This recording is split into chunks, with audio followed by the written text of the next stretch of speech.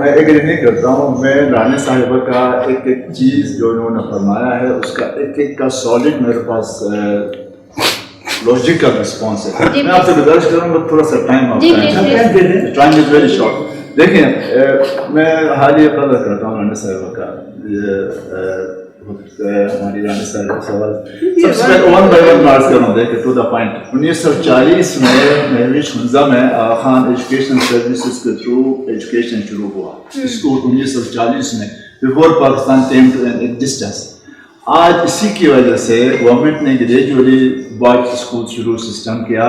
آج ہاسٹلز ہے, اکیڈمیز ہے, سب کچھ ہے فیمیل کے لیے, جس کے میں نے پہلے آپ سرچ کیا تھا کہ 97% لٹریسی ریٹ ہے. That is because of Aga Khan education services. That was start in 1940. ٹھیک ہے.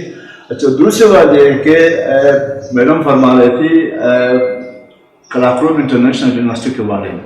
کراکروم انٹرنیشنل یونیورسٹی میں 75% ہنزا کی فیمیل وہاں پر پڑھتی ہے. 75%. چونکہ میں اس لیے عرض کر رہا ہوں کہ میں ہائر ایجوکیشن کمیشن میں رہا ہوں, وہاں میں نے لیکچرز دیا ہے, اس کا میں نے ڈیٹا مجھے معلوم ہے. اگر ہنزا کی بچیاں یا بچے جو 75% از اے میٹر, ان کو اگر نکال دیا جاتا تو پھر یہ یونیورسٹی نہیں چلتی. اور یہ یونیورسٹی مشرف کی مہربانی سے قیام میں آیا ہے. اس وقت تک گلگت بلتستان میں کوئی یونیورسٹی نہیں تھی. رہا سوال ہنزا کیمپس. ہنزا کیمپس میں ہم نے جب میں نے پچھلی دفعہ الیکشن لڑا تھا 2009 میں, ہم نے گلگت میں یہ کلیئر کر کہا تھا کہ اگر ہنزا میں کیمپس نہیں بنا تو ہم اپنے 75% اسٹوڈنٹس کو یہاں سے نکال دیں گے, اپنے طور پر بنائیں گے. جس کی بنا پر بیسک ممبر تھی میڈم, جس کی بنا پر یہاں پر یونیورسٹی کا کیمپس بن گیا. It is only because of the population, the girls and the boys who were undergoing education. Okay, what about water and electricity? میں عرض کر رہا ہوں میڈم کی شادی اراؤنڈ 70 میں ہوئی ہے. 1960 میں ہنزا میں بجلی آئی ہے. 1960 میں everywhere it was dark. واحد ہنزا تھا جہاں 1960 میں لوگوں نے سیلف ہیلپ بیس پہ حسن آباد میں بجلی بنایا تھا. آج صرف 2 گھنٹے کی بجلی ہے. ہم رو رہے ہیں, پریشان ہیں, اندھیرے میں ہیں. 2018 رانی صاحبہ کہہ رہی ہیں کہ اس پہ کام سٹارٹ ہوا ہے, کوئی کام سٹارٹ نہیں ہوا ہے. میں عرض کر رہا ہوں کہ کوئی فیزیبلٹی نہیں ہوئی ہے, کوئی کام سٹارٹ نہیں ہوا ہے. 1.5 یا 2 گھنٹے کی بجلی نکلی ہے آج بھی. اگر کام سٹارٹ ہوا ہوتا تو آج ہنزا میں بجلی ہوتی. ایک اور گزارش میں کروں گا, میرا تعلق آلتس سے ہے. میں جب ایک رسمی میں ریجنل پروگرام مینیجر تھا, ہم نے کمیونٹی احمد آباد کمیونٹی کی مدد سے ہم نے ان کو پرووائڈ کیا ٹیکنیکل اسسٹنس. پہلے اس بات کو میں رانی صاحبہ سے کور اپ کرنا چاہوں گی. جی رانی صاحبہ. جی بتائیے, آپ کا سوال بجلی کا ہے. ٹھیک ہے, میں نے آپ کو بتایا 32 میگا واٹ کا. ٹھیک ہے جی, جو کہ اس وقت اس کا شکار ہوا. لیکن اگر ہوا ہو تو ان کو نظر کیوں نہیں آ رہا کہ کیا وجہ ہے؟ اب ان کو میری طرح اینک لگا لیں, میری طرح اینک لگا لیں. ٹھیک ہے, اور میں کچھ نہیں کہہ سکتی ہوں. ٹھیک ہے کے لیے. دوسری بات یہ ہے 2 میگا واٹ ایک پروجیکٹ ہے جو ابھی شروع ہے, اس کا ٹینڈر ہونا ہے. 2 میگا واٹ ایک اور ہے AKBN ہاں جی, اپروو ہوا ہوا ہے, بالکل اپروو ہوا ہوا ہے. اگر کوئی کہتا ہے کہ اپروو نہیں ہوا ہوا ہے تو وہ مجھے بتائیں. چلیں, thank you so much all of you for join us. Last میں ناظرین بات یہ کہنا چاہوں گی کہ اب الیکشن جو ہے ان کی نون لیگ کی گورنمنٹ یہاں پر اینڈ ہوگی, ختم ہوگی. نیکسٹ کس کو سامنے لے کر آنا ہے, کون سی حکومت بنے گی, کون ایسے لوگ ہوں گے جو آپ لوگوں کے ایشوز حل کرے گا, آپ لوگوں کی نمائندگی کرے گا. یہ سب باتیں, یہ سب جو ہے سوالات آپ لوگ اچھے سے جانتے ہیں. انتخاب آپ لوگوں نے کرنا ہے, بہتر انتخاب کریں گے بہتر رزلٹ ملے گا. اور اگر دوبارہ سے انہی لوگوں کو انتخاب کریں گے جنہوں نے کیا دھرا کچھ نہیں ہے, شخصی ووٹ پر ووٹ دیں, جو ہے شخصی بنیاد پر اگر آپ لوگ ووٹ دیں گے, پھر آپ کا معاشرہ, آپ کا جو سوسائٹی ہے وہ ویسے ہی چلے گا. اگر آپ سمجھتے ہیں کہ نیکسٹ نیو گورنمنٹ آنی چاہیے, وہ جو کبھی بھی نہیں آئی ان کو چانس دینا چاہیے, تو چانس دینے سے پہلے بھی اچھی طرح سے سوچ لیجیے گا کہ فیڈرل میں BJP کی گورنمنٹ موجود ہے اس وقت. نون لیگ کی گورنمنٹ جو ہے وہ یہاں پر ختم ہوگی, پیپلز پارٹی نے بھی یہاں پر گورنمنٹ کی. تو عوامی جو ہے ہم عوام کا جو ساتھ دے, عوامی ہمدردی اگر کوئی رکھتا ہے تو اس کو ضرور سپورٹ کریں. آپ لوگ اپنی ووٹ کو جو ہے اس کی اہمیت کو جانتے ہوئے ووٹ دیں. اسی کے ساتھ ہمیں دیجیے اجازت, تب تک کے لیے اللہ حافظ.